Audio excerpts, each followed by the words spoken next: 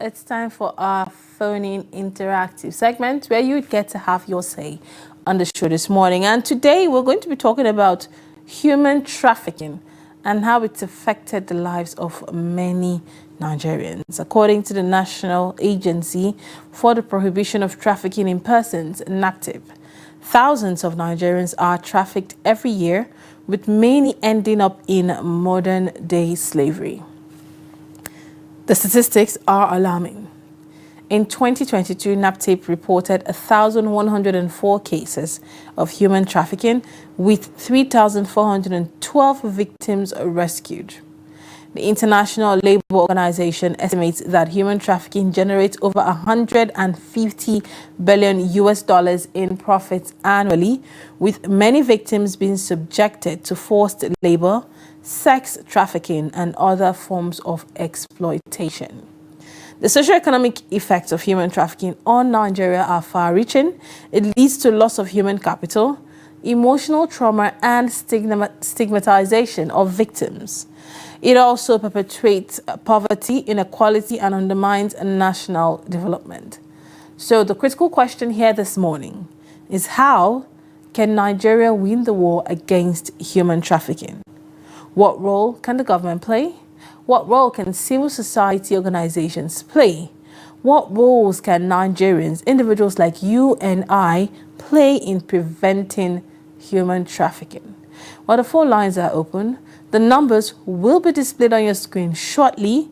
Join in, share your thoughts, ask your questions. Share your thoughts and let's discuss. Call us now and, let's find a way to find a solution to these critical issues. How can Nigeria win the war against human trafficking? And just so you know, whenever they say human trafficking, is even beyond, people leaving the country or being trafficked out of the country. Even within the country, there are people who are being trafficked within the country. And, it's something that happens. And some of us, we see it and we see it as nothing. Sometimes you see it and you can't even identify what it is, but you know it is wrong. We have our first caller. Good morning. Tell us your name and where you're calling from.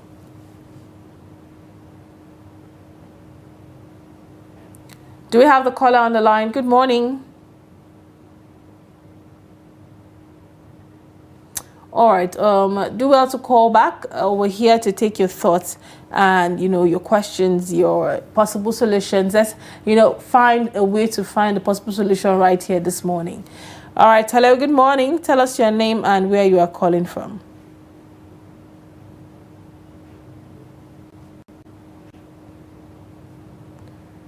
Do we still have the caller on the line?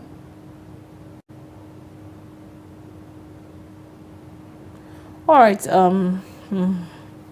Seems we have a little bit of network issues this morning. Absolutely. Make sure you call back so that we can hear your thoughts, which is very, very important to this segment. When we're talking about human trafficking, as you said, it is not only done across borders. It can be done within the country as well. And I would say, due to the situation that is going on, especially, and it's been going on for a really, really long time, people trying to look for greener pastures, job offers from different countries, looking very enticing, should I say, which really draws people to go to another place in order to, get a better life. And I believe that is one of the reasons that really pushes people to, fall into those kind of traps. And aside from that, there are people that are being abducted as well and trafficked. So there are different categories to it. I believe we have a caller on the line. Hello, good morning. Good morning, Lily baby, and good morning, Hauwa. Wonderful, beautiful people, looking nice this morning. Sincerely speaking, this is a very good topic, trafficking. I watched your program yesterday about traffickers from Senegal down to Canary Island, blah, blah, blah, blah, blah, like that. And I saw how people are dying, how the ship wreckage, boat wreckage, how people are dying. And yet, people are still embarking on this journey, the journey of death. And they know that it is death, including women. I'm so shocked at this development. And even the Senegal government, they could do nothing about it, even when there's a law place. And they have hideouts. You see, that is why I keep on saying that our intelligence has failed. And that is why this Nuruddin, I always love that man each time I hear him speak, when you invite him. Yeah. He said, every institution has failed. Look at what is happening in Borno State now. How they went and attacked military base. Our information network has crumbled, failed. The ideology is no longer there. Property is not longer there. They compromise everything. Integrity is dead. Property is dead. Transparency is dead. Really, where are we heading to? Where are we heading to? Thank you this morning. God bless you. Thank you. Thank you very much. You know, trafficking is a heartbreaking reality that happens in Nigeria. And if you have not experienced it one-on-one, 4 years back, I met a young girl just around my area crying. And she looked well-dressed. She looked 15. And out of curiosity, I asked, what's happening? Why are you standing here? You're not supposed to be in school.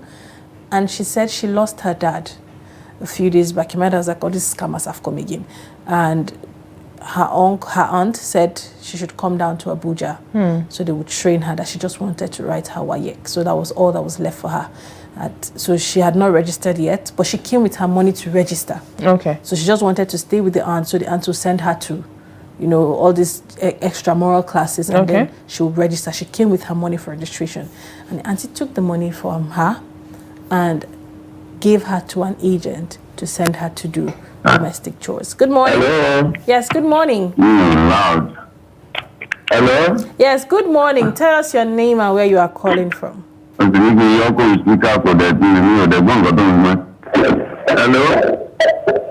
We can hear you loud and clear. Good morning.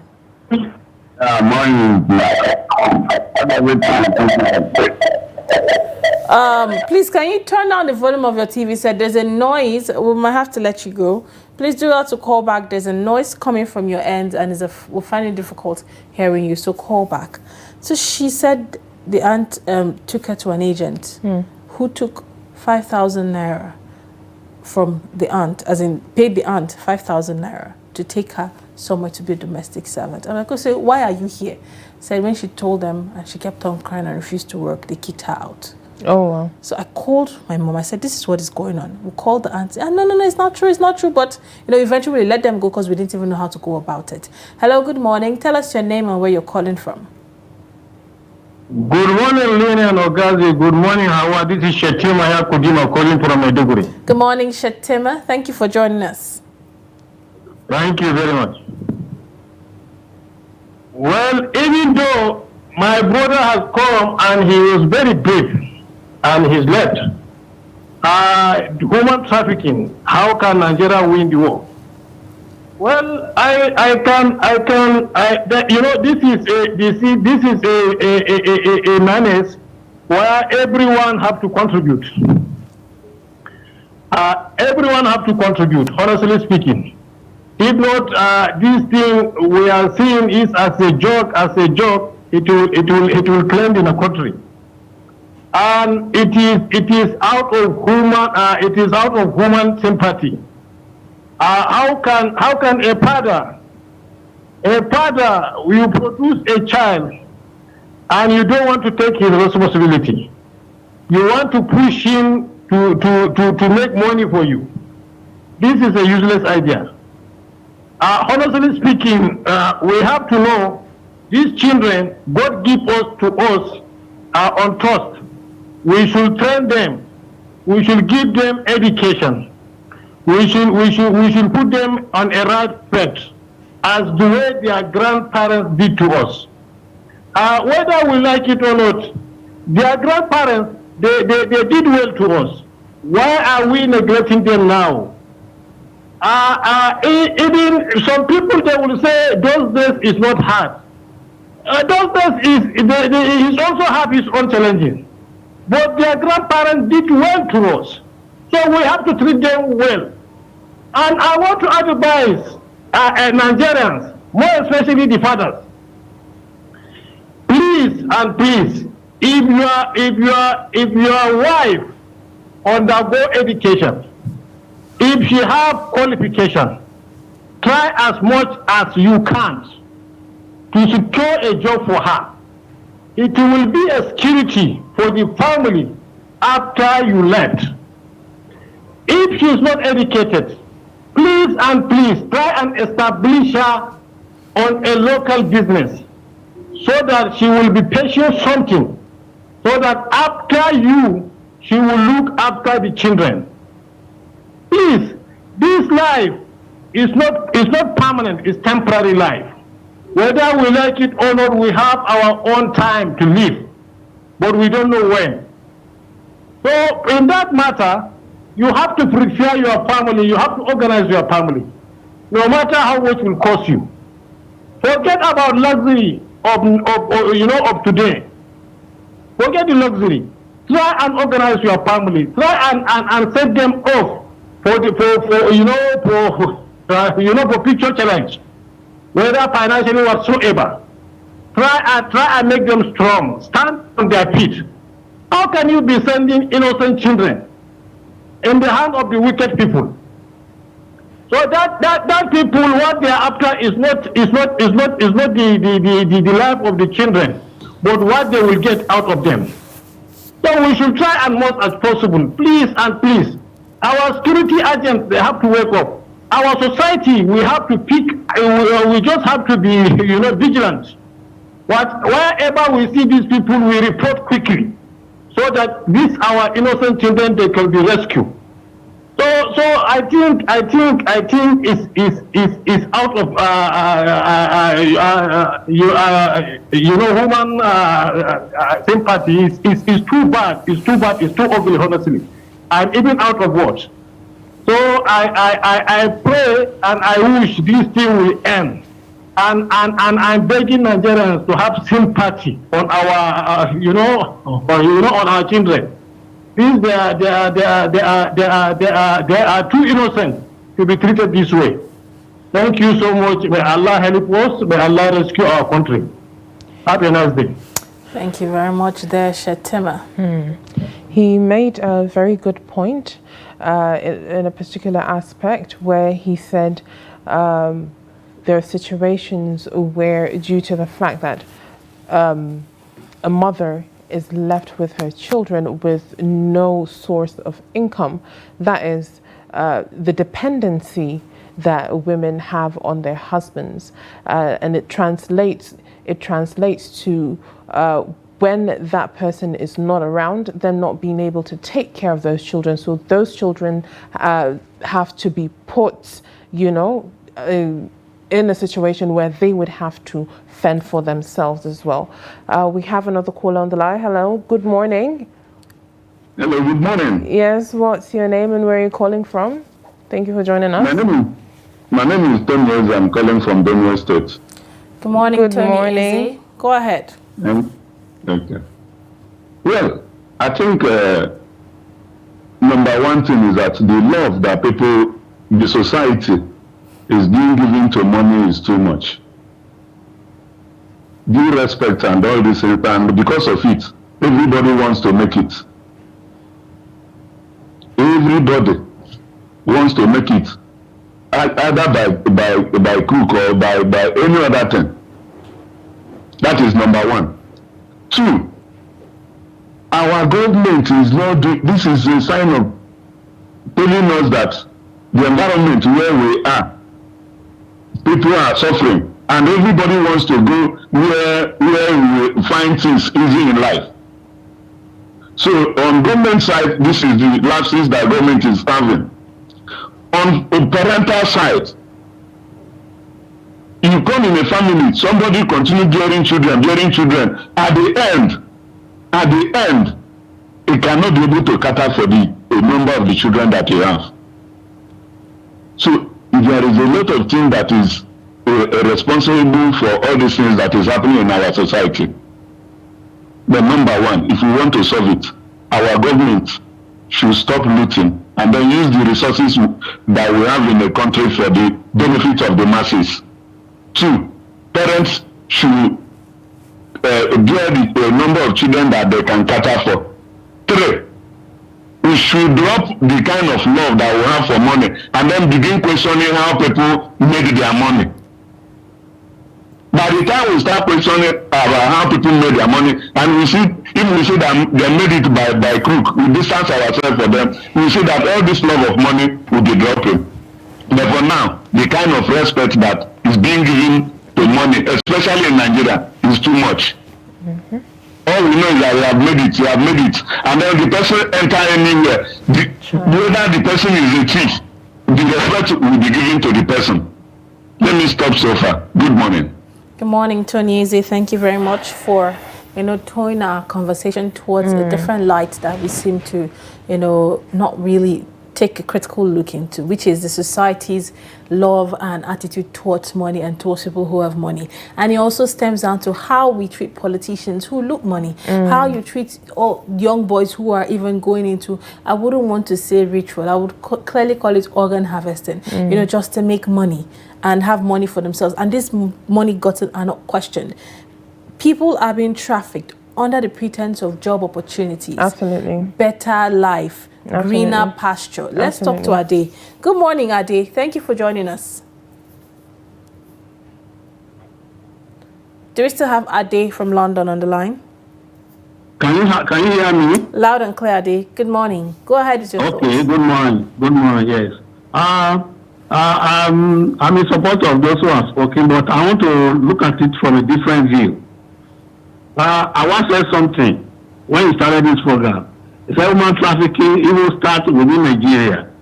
So I want to start my views, opinion from that area. Before, in those days in UK, 20, 30 years ago, when you have children, they'll be giving you child benefit.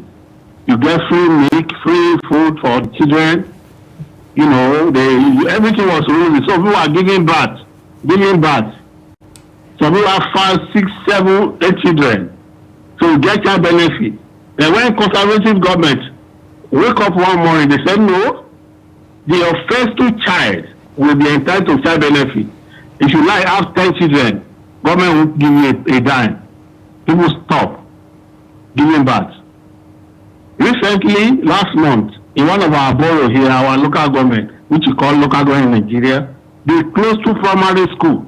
They closed it. And where we have population of Nigeria, Africa, they closed another primary school because they don't have children to occupy those schools. For the first time in the history of this country, because you have to queue before your child can get space in the school. But now they are closing the primary school. People tie their belts. Nobody is giving tie. In America, they say they will give $5,000 if you give birth because they want more people. Nobody is doing that anymore now. You understand what I'm saying? So now what I want to say is this. Human trafficking. Why are we having a Lomangiri in the street? That's human trafficking. How can you give birth to children you can't take care of and you put them on the street? That's human trafficking. That's where it starts from. And Emir Sanusi want to tackle it one time, but they don't allow him to do that. Because they claim that maybe they have the right to give birth, but they can't take care of it. They put them on the street. Alumangiri, that's human trafficking. There are people traveling abroad. You can't blame them. All want to survive. You can't blame them because they are tired. They want to just get something, a better life for themselves. So that's their own way of going out to fend for themselves. Me, what I normally tell people is that if you want to travel, do it in a legitimate way. Don't go illegal way. That's what I don't support. Illegal traveling. But do it legitimately. UK now is tightening the belt on Nigeria and Sri Lanka. They say unless you are a degree holder, before they can give you visa to come here to work. That's the law they are making now. Even for carers. So they want to tighten the belt. So I normally tell people, don't plan to travel abroad. You don't have any handwork. Is it that you are a fashion designer? You are a bricklayer, you are a plumber, you are a painter, decorator. Do something. If you have those skills, anywhere you go abroad, you will suffer. Or baba. But you don't have anything. You just study English. You are traveling, you will suffer. So human trafficking, we can win it if we have the political will to do it. We can win it. Somebody said we don't have intelligence. We have. Malami and Buhari regime. 400 names were mentioned, sponsor of Boko Haram. They jailed some in UAE. Malami could not prosecute them. 400. He even told Nigeria. So what intelligence are you looking for again? We are the one doing ourselves. When it is time, God will rescue Nigeria. God bless you. Oh, God bless Nigeria. Mr. Ade said, when it is time, God will rescue Nigeria. You know, in terms of everybody has a role to play, I would say that for free. Everybody has a role to play in the fight against human trafficking, from our traditional rulers to parents, to civil society groups, to the security agencies that have been able to identify these young people. Trace the link back to how it all started.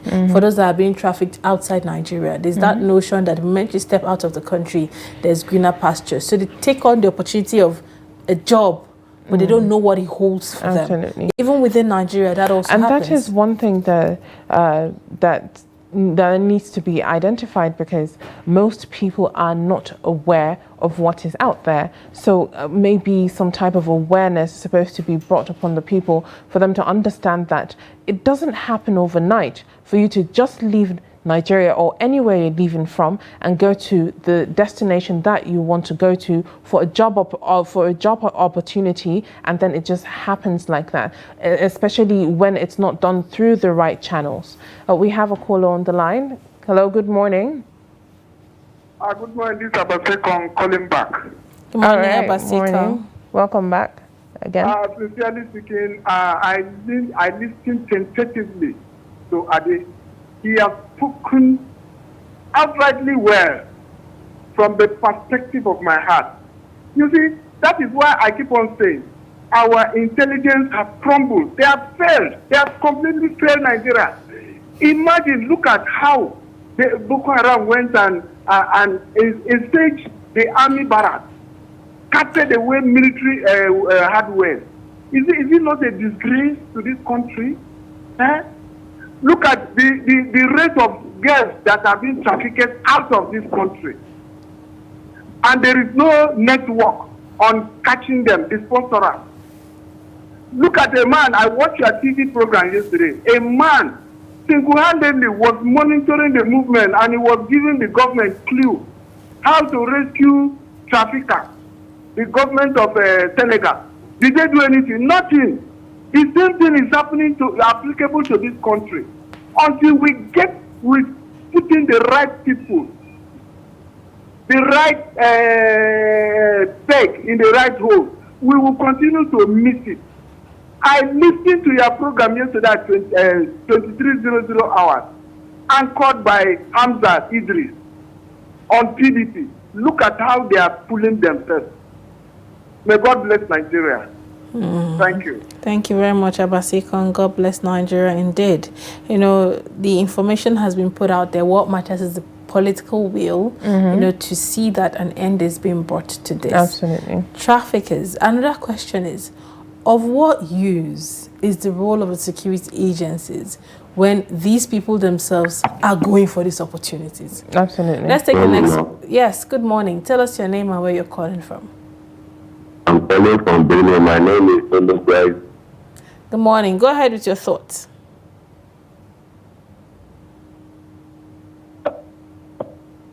The topic of the day: how can Nigeria win the war against human trafficking?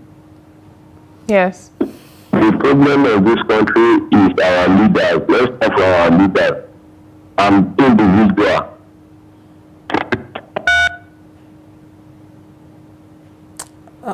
Do we still have the caller? All right, we lost the call. I want to say I'm tired of this rhetoric of always blaming the leaders when we all have a role to play. Play as well, exactly. Because at the end of the day, we would have to do our due diligence when it comes to these kind of things. And especially when you have grown women or grown men choosing to go that route, at the end of the day, at some point, you wouldn't blame them, because some people might not have that knowledge. But then we have to do our due diligence. As it being mentioned earlier, if you want to, travel abroad, work abroad, go through the proper channels. Because sometimes the payment that is being made to those people that, traffic them or move them across borders is even more than what it would be charged if they're going through the proper channel.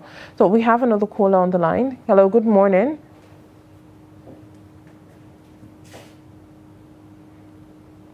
Do we still have that caller? Oh, we lost the call. Please make sure you call us back so that we can hear your thoughts, and send us a WhatsApp message as well so that we can go through them and have an idea of your thoughts.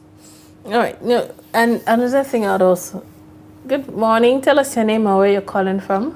Are you hearing me? Yes. Good morning. Good morning. I want to contribute. Following all what they have said, I heard all of them, and they are very genuine. But my own contribution is that Nigeria. Hello, are you hearing me? Yes, we go can ahead. hear you. My contribution is that Nigeria should, or as a government, cut down the cost of the governance and make money available to the youth first, and then consider no responsible father. Sorry, my name is Otop. I'm calling from Benue State. They should cut down the governance and then make some money available for the youth. And in addition to the youth, so many people are dying. No responsible father will send her daughter to go and do any other thing outside. Let them make money. There are so many deaths among the men, leaving widows and orphans. Let them make some money available to such family so that they'll be able to take care of themselves. It is once the father is dead, there's nothing again. Then everything is left for the mother. And when the mother cannot cope up, they find a way of sending the lady child outside to go and look for money for them. This is my addition to all what they have been saying. Thank you. All right, thank you very much. That was very enlightening. And as he said, there are lots of jobs here in the country that can be done. But then we have to remember that most of the people that are being trafficked have been given a false, narrative, false information of this is the job that you're going to do when you travel out. These are the informations that you need to know. But then as soon as they get there, everything switches up. They're in debt to people. They have to do what they don't want to do. They're being forced to do things. And then sometimes they're being sold from one place to the other as, slaves, or being sex trafficked in the process as well. So it depends on the situation. Sometimes it does happen that, okay, that opportunity that has been brought to you is genuinely what it is. But then sometimes, most of the times, majority of the times, most people fall into that trap. And then when it comes to the travel, how dangerous it is. The travel, most people traveling from Nigeria to Europe, going by road, going by sea, that is a very dangerous feat. We have a caller on the line. Hello, good morning. Hello, good morning. Yes, can you tell us your name and where you're calling from? My name is Olubenga Fale. I'm calling from Kishi in Iraqo local government of Oyo State. Good morning, All right, Fale. good morning. I want to contribute to the topic on the program. Go ahead. War against human trafficking started right from the day immemorial. I remember when I worked in Seme, I discovered that most of the young ladies that have been trafficked to Benin Republic, Togo, Ghana, Cote d'Ivoire, most of them are from Edo State. And those that traffic them will not be seen. The major people that are actually involved in the trafficking will not show up. So it's a chain. So they have somebody that will be leading them. And they don't have a passport, they don't have a laissez-passer, they don't have any traveling documents. But they will buy their way through the security operatives and move them to Benin Republic, move them to Togo, move them to Ghana, move them to anywhere they want to move them to. Some of them from the neighboring countries, they will take them to other European countries just for financial gain. So I discovered that there is a collaboration between the security operatives and those human traffickers. The human traffickers, let's call them barons, because you will not see them physically. They are major stakeholders in that business, but they have people they are using. They have the boys, they have the girls they are using to traffic these people. So to curb that human trafficking, I think the federal government established NAPTIP through former wife of the former vice president, Chief Mrs. Titi Abubakar. So if we look at all those people that have been trafficked, majority of them are from the south. Then later this thing moved to the north central, Benue, Nasarawa, where they are trafficking students of maybe the ages of, because among them is maybe 23, 24. So they move them for sexual or to do all sorts of nonsense duties. Now, to curb this thing, I think the federal government needs to enforce the NAPTIP. I think the federal government needs to collaborate with other security agencies, especially at our point of entry and exit in Nigeria, the land border, the sea border, and the airports. Because those are the major places they're using. I do know that even when I worked in Kano, I discovered that they are moving them all the way from Delta State, from Edo State. They move them to Kano. From Kano, they will now look for a way to enter Nigeria Republic, from Nigeria Republic to Benin Republic.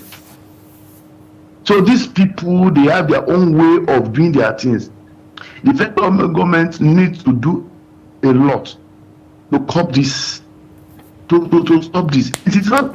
I'm not saying nobody can tell me it's because of poverty that this thing is happening. It's not because of poverty. It's not poverty. If you can see all this children that can be hawking as any, but it is not poverty. Their parents are involved. These people that are using these girls for this girl are some of them detect their parents. No, some of them will be locked into it, but some of them detect their parents, giving money to their parents on a monthly basis. Even the parents are involved. The mother is involved, the father is involved. So we need to even do not only federal government, but the parents need to be sensitized on dangers of human trafficking. Because sometimes they go on this weekend, it's okay, I want your daughter to come and live with me and to be my worker, this, that. Not knowing that they're taking these days outside the country for human trafficking. So the parents need to be educated too. Not only the work of the federal government, but the parents too. Even the girls, sometimes they don't know where they're going to. So that they be hypnotized with charms or whatever, and they take until it gets to those countries, and they are maybe like 2-3 years before they are able to realize that they have been used. So it is in the hands of the government, governments and parents. So everybody needs a lot to do. So we should not be blaming it on the government alone. What has the parents done? Why can't the parents give their children what they need, best education and whatever? So parents will leave their children and go to work, wake up in the morning, go to work in the night. When they will come back from work, they will not see their children. Their children will be there. So anybody can just lure the children and go and use them for human trafficking. So I think this is high time. We need to rise up and stop this human trafficking. Because even most of these they are using for human trafficking, they can even give them drugs to carry out. They can carry. They use them to carry drugs. So please let us just talk to our parents, the government to do the needful, so that together we can win war against human trafficking in Nigeria. Thank you very much. Thank you very much there for your thoughts. What a lovely way to conclude the conversation we've had this morning. To everyone who have called in, we say a big thank you for your thoughts. The WhatsApp messages, we did see them, but because of time, we might not be able to take them this morning. But thank you so much for sending your messages. We've come to the end of this segment. We're going on a quick break. When we get back, the show continues.